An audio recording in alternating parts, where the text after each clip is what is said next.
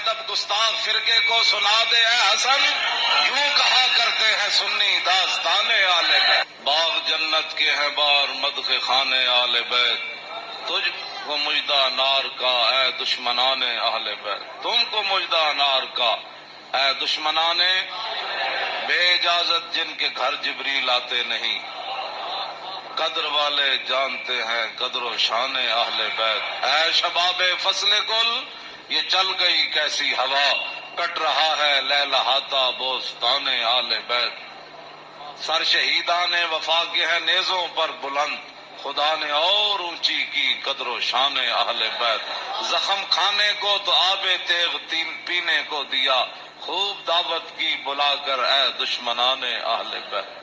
بے ادب گستاخ فرقے کو سنا دے اے حسن، یوں کہا کرتے ہیں سنی داستان اہل بیت۔ حضرات ذی وقار سامعین محترم، محرم الحرام کی 10ویں رات ہے، جس کے اندر امام علی مقام نے کربلا کے میدان میں اپنے ساتھیوں کو فرما دیا تھا کہ اگر کوئی جانا چاہتا ہے تو اس کو اجازت ہے، اور حسین ابن علی اس میدان سے نہیں جائیں گے۔ آپ کی یاد میں اس محفل کا انعقاد کیا گیا ہے، اور چونکہ ہر آدمی اب دین کے بارے میں اپنی ایک خصوصی رائے رکھتا ہے، اس حوالے سے میں امام علی مقام حج سے پہلے 2 دن یا 3 دن، طبری نے تو 2 دن لکھا ہے کہ حج شروع ہونے سے پہلے 2 دن امام علی مقام مکہ مکرمہ سے کربلا کی طرف روانہ ہوئے۔ حج شروع ہونے سے صرف 2 دن باقی رہ گئے۔ آپ کو راستے میں ہی پتہ چل گیا تھا کہ صورتحال وہاں ٹھیک نہیں ہے، لیکن آپ چلتے رہے یہاں کے تک کہ آپ قادسیہ جو ہے اس کے قریب آ گئے۔ غور بن یزید 1000 کا لشکر لے کر قادسیہ کے میدان میں آیا، اور امام علی مقام کو اس نے آ کر روکا۔ 1000 کا لشکر لے کر اس نے امام علی مقام کو روکا۔ اس دوران نماز ظہر کا وقت ہو گیا، تو امام علی مقام نے حجاج بن مسروق الجوفی کو، جو آپ کے ساتھی تھے، فرمایا کہ آپ اذان دیں۔ جب اذان ہو چکی، اقامت کا وقت آیا، تو امام علی مقام نے تہہ بند باندھا ہوا تھا اور آپ نے اوپر چادر اوڑھی ہوئی تھی، تو نماز پڑھانے کے لیے تشریف لائے۔ جب تکبیر تحریمہ ہو چکی تو امام علی مقام نے اور بن یزید کو فرمایا کہ اگر تو چاہتا ہے کہ ہمارے ساتھ نماز پڑھے تو تجھے حسین روکتا نہیں ہے، نماز پڑھ لے میرے ساتھ، اور اگر تو حسین کو چھوڑ کر دوسرے جگہ جا کر نماز پڑھنا چاہتا ہے تو جا کر نماز پڑھ لے۔ تو اس نے کہا نہیں، نماز تو میں آپ کے ساتھ پڑھوں گا، لیکن معاملہ یزید کے ساتھ ہی رکھوں گا۔ یہ ہے وہ بات جو میں کرنے لگا ہوں۔ اس نے کہا نماز میں آپ کے ساتھ پڑھوں گا، لیکن میں ملازم یزید کا ہوں۔ اس نے امام علی مقام کے پیچھے نماز پڑھی، اور نماز پڑھنے کے بعد پھر وہ امام صاحب فرمایا کہ یہ تمہارے خطوط ہیں۔ آپ نے 2 بڑے بڑے تھیلے جو ہے وہ اپنے غلام کو فرمایا کہ لاؤ، یہ میرا راستہ روک رہے، تو یہ تو تمہارے لکھے ہوئے خطوط ہیں، جن خطوط کی وجہ سے میں آیا۔ آپ نے ان کے سامنے یہ خط جب رکھے تو کہنے لگا کہ یہ بات آپ کی ٹھیک ہے، یہ خطوط آپ کے پاس آئے ہیں۔ فنشرا بین یدیہم، پورے لشکر کے سامنے آپ نے وہ خط ایسے رکھے، فرمایا یہ دیکھو تمہارے خط ہے۔ قال الحر فإنا لسنا من هؤلاء الذين كتبوا إليك۔ اور بن یزید کہنے لگا کہ میں تو نہیں ہوں نا جنہوں نے خط لکھے، اور نہ یہ فوج ہے جو ہم تو ملازم ہیں، ہم تو تنخواہ لیتے ہیں، کلمہ آپ کے نانا جان کا ضرور پڑا ہے، لیکن تنخواہ کی مجبوری ہے۔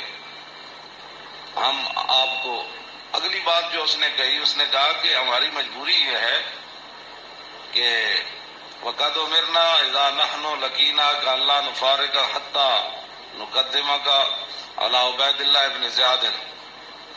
وہ کہنے لگا کہ ہماری یہ ڈیوٹی لگی ہے کہ ہم اس وقت تک آپ کو گھیرے میں رکھیں گے جب تک آپ کوفے جا کر ابن زیاد کے ہاتھ پر بیعت نہیں کر لی. ہم یعنی محاصرہ کر لیا نا، اس کا معنی یہ ہے انہوں نے آپ کو گھیرے میں لے لیا امام علی مقام کو. تو وہ کہنے لگا کہ ہم آگے جو بات کی نا، قال له الحسین اذن واللہ لا اتبعک. امام علی مقام فرماندے جی تو مینوں انج کرنا ہے نا بھائی، تو ابن زیاد کو لے جانا ہے تو حسین تیرے نال کدی نہیں جائے گا. اے نہیں ہو سکتا کہ حسین نو تو گھیرا پا کے تے ابن زیاد تک ظالم دے دربار تک لے جائے، انج نہیں ہونا. فقال له اذن واللہ لا ادعوک. امام علی مقام بھی قسم چکی تے ملازمت کتنی عجیب چیز ہوندی. وہ اور بھی کہنے لگا واللہ میں تانوں چھڑنا پھر کوئی نہیں، تسی نال جانا پینا. فتراد القول ثلاث مرات. اللہ اکبر اللہ. ایک گل لمبی ہو گئی، امام علی مقام انہوں گل کرن ہوا کوئی جواباً گل کرے، پھر امام صاحب گل کرن پھر وہ جواباً گل کرے. جدو گل لمبی ہوئی وہ کہنے لگا سانو یہ تو حکم نہیں اسی تہاڈے نال لڑیے، لیکن اے حکم ضرور ہے کہ اسی تہانوں اپنے گھیرے چوں چھڈ نہیں سکتے، تہانوں مدینہ پاک بھی واپس نہیں جان دینا تے تہانوں کوفے وچ جانا پینا. امام علی مقام نے جو اس کو بات فرمائی، فرمایا تو یاد رکھ حسین جان تے دے سکتا لیکن ابن زیاد کے دربار وچ نہیں جا سکتا. وہ جگہ جو تھی نا وہ بیضاء تھی. پھر وہ چلتے چلتے آپ کربلا میں آئے، جہاں یہ اس نے جا کر روکا اس جگہ کا نام بیضاء ہے. عقبہ بن ابی العیزار یہ بات کے راوی ہے، کہتے ہیں ان الحسین خطب اصحابہ واصحاب الحر بالبیضۃ. امام علی مقام نے بیضاء کے مقام پر اپنے ساتھیوں کو اور حر بن یزید کے ساتھیوں کو خطبہ دیا. اے وجہ جی دی وجہ تو امام علی مقام کربلا میں تشریف لے گئے، آپ نے خطبہ دیتا. لیکن چلو اتنی گل تے ہے بھائی حر نے تے دی فوج نے آپ دا خطبہ سنیا تے صحیح نہ جی، یہ نہیں کیا بھائی تھوڑے گل کرن تے بھی پابندی. امام علی مقام نو انہاں روکیا ضرور ہے لیکن گل کرن تے پابندی نہیں لائی. آپ نے فرمایا سنو میں نے اپنے آقا و مولا کو فرماتے ہوئے کیا سنا. آپ نے فرمایا جس آدمی نے ظالم بادشاہ کا زمانہ پایا، ایسا ظالم مستحلا لحرم اللہ جو اللہ کی حرام کردہ چیزوں کو حلال قرار دیتا ہو، ناقصا لعہد اللہ اور اللہ کے عہد و پیمان، کلمہ پڑھنے کے بعد جو اس نے عہد و پیمان باندھے تھے ان کو اس نے توڑ دیا ہو، مخالفا لسنت رسول اللہ اور رسول اللہ کے طریقے کا وہ مخالف بن گیا ہو، اور یعمل فی عباد اللہ بالاسم والعدوان اور اپنی رعایا کے اندر گناہ اور ظلم اور زیادتی کو رواج دے رہا ہو.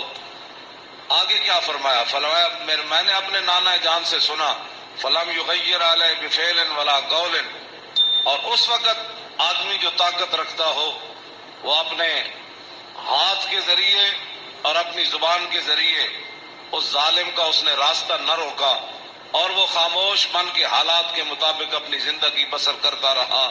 تو فرمایا میرے نانا جان نے فرمایا کان حقا علی اللہ، اللہ رب العالمین اس بات پر قادر ہے کہ وہ اس ظالم کے ساتھ خاموش رہنے والوں کو بھی سزا دے دے. یہ آپ نے بات، اس وجہ تو آئے آپ امام علی مقام. فرمایا میرے نانا جان نے فرمایا فلم یغیر علیہ بفعل ولا قول، چپ رہے، حالات نہیں ٹھیک تو ظالم دا زمانہ ویکھتے رہے. تو فرمایا جتھے رب ظالم نو داخل کرے گا وہ چپ رہنے والے نو اتھی داخل کرے گا. ہن سمجھ آئی جڑے آدمی کہندے ہیں کہ اسلام امن کا درس دیتا ہے. امام علی مقام کی فرمایا اسلام امن کا درس دیتا ہے. آپ نے فرمایا میں اپنے نانا جان کو سنیا جتھے ظالم جائے گا اتھے چپ رہنے والے بھی نال ہی جان. اس واسطے اگلی گل آپ نے فرمایا اللہ، فرمایا پھر حسین کیوں آیا کربلا وچ؟ اللہ، پھر وہ پوری 1000 فوج نو خطاب کر دیا اپنے ساتھیوں نو. فرمایا اللہ وَإِنَّ هَؤُلَاءِ قَدْ لَزِمُوا طَاعَةَ الشَّيْطَانِ. فرمایا یزید دے یارہ نے شیطان دی اطاعت شروع کر دیتی. وَتَرَكُوا طَاعَةَ الرَّحْمَنِ، اور اللہ کی اطاعت کو انہوں نے چھوڑ دیا. وَأَظْهَرُوا الْفَسَادَ، اور انہوں نے پوری سلطنت کے اندر فساد کو برپا کر. وَعَطَّلُوا الْحُدُودَ، انہوں نے اللہ کی نافذ کردہ اور معین کردہ حدود کو پامال کر دیا. اور وَاسْتَأْثَرُوا بِالْفَیْحِ، اور انہوں نے قومی خزانے کو لوٹ کر یہ کھا گئے، لوٹ کر کھا گئے قومی خزانہ ضرور۔ آپ نے یہ لفظ فرمایا قیامت تک کہ جڑے قومی خزانے نو لٹتے ہون اس ویلے جڑے چپ رہن نال حصہ وصول کرن، تو ادھر حسین ابن علی کے مقابلے میں آنے کی بھی اور بن یزید کہنے لگا نماز میں آپ کے ساتھ پڑھوں گا لیکن تنخواہ میں یزید کی لیتا ہوں۔ حسین دے پیچھے نماز پیچھے پڑھ کے بھی دین سمجھ نہ آیا تے تسی اج کی سمجھدے ہو 1400 سال تو بعد ساڑیاں تقریراں سن کے کسی نو اے تے رب دا فضل ہوے تے او دا کرم ہوے تے کسی دا دل کھول دے تے انہوں حق ول لیاوے، اے تے پھر بات ہے نا، ورنہ حسین ابن علی سامنے کھڑے ہون جی تے رسول اللہ دے نال مشابہت بھی رکھدے ہون جسمانی بھی، وہ کون حسین جنہ دے بارے حضور فرمایا حسین منی وانا من الحسین، فرمایا حسین میرا تے میں حسین دا، حضور جنہ دے بارے فرما حسین منی وانا من الحسین، احب اللہ من احب حسینا، اللہ او دے نال پیار کرنا جڑا حسین نال پیار کرنا، حسین سبت من الاسباط، اور حسین خاندان نبوت کے چشم و چراغ ہے، اور حضور نے فرمایا ان الحسن والحسین سیدہ شباب اہل الجنہ، فرمایا یقیناً اس بات میں کوئی شک نہیں کہ حسن اور حسین دونوں جنتی جوانوں کے سردار ہیں، جن کی زبان رسول اللہ نے خود چوسی ہو، اور جن کو ممبر پر بیٹھ کر حضور نے حسن اور حسین کو آتے ہوئے دیکھا اور وہ لڑکھڑا کر آ رہے تھے، حضور نے خطبہ چھوڑ کر دونوں شہزادوں کو اٹھا لیا ہو، جن کی یہ شانیں ہو، ان کے پیچھے نماز پڑھ کر بھی کوئی دین کو نہ سمجھے اور پھر جا کر ڈیوٹی پر کھڑا ہو جائے حسین کو روکنے کے لیے۔ بس یہ بات ہمیشہ میں یہ کرتا ہوں، خدا کا وہ شکر ادا کرے کہ جس کے دل کے اندر حضور کی محبت، حضور کے صحابہ کی محبت، حضور کے اہل بیت کی محبت اور دین کا درد موجود ہو، اور وہ زندگی میں اگر مگر نہ کرے اور کبھی بھی وہ نفسانیت اور حالات کے مطابق نہ چلے، جب بھی کوئی وقت آئے تو کہے او چھوڑو یار مر ہی جاؤں جو اس در سے جاؤں دو قدم، کیا بچے بیمار غم قرب مسیحا چھوڑ کر۔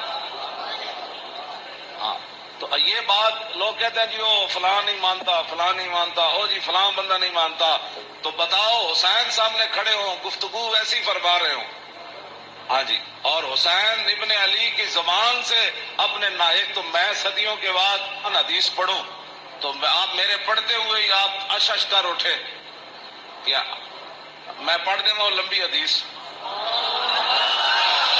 توجہ جیڑی امام حسین کو مروی کیوں جی، ہاں امام حسین تے تسی ویسے اش اش کر اٹھنا ہے تے دسو یہ تنخواہاں دی کتنی مجبوری ہوندی، یہ حکمرانہ دیا ملازمت دی انہاں دی جناب تعلقات دی کتنی مجبوری ہوندی کہ حسین اپنی زبان میں جو حدیث بیان کر رہے ہوں تے سامنے 1000 بندے نو حدیث سمجھ نہ آوے، پورا خطبہ آپ نے دیتا نا، آپ نے نہیں فرمایا میں یہ کہنا، فرمایا میں اپنے نانا جان نو فرماندے ہوئے اے سنیا تے پھر بھی 1000 بندے وچوں کسی نو سمجھ نہ آوے اور پھر بھی وہ امام علی مقام دا راستہ روک کے کھڑے ہو جان، جدو امام علی مقام چلے تے آپ نے فرمایا بھئی کی مسئلہ ہے، انہوں نے کہا جناب تسی ہن دائیں بائیں نہیں جا سکتے، ہن اسی محاصرہ تہاڈا کر لیا، ہن تانوں ابن زیاد کو جانا پینا۔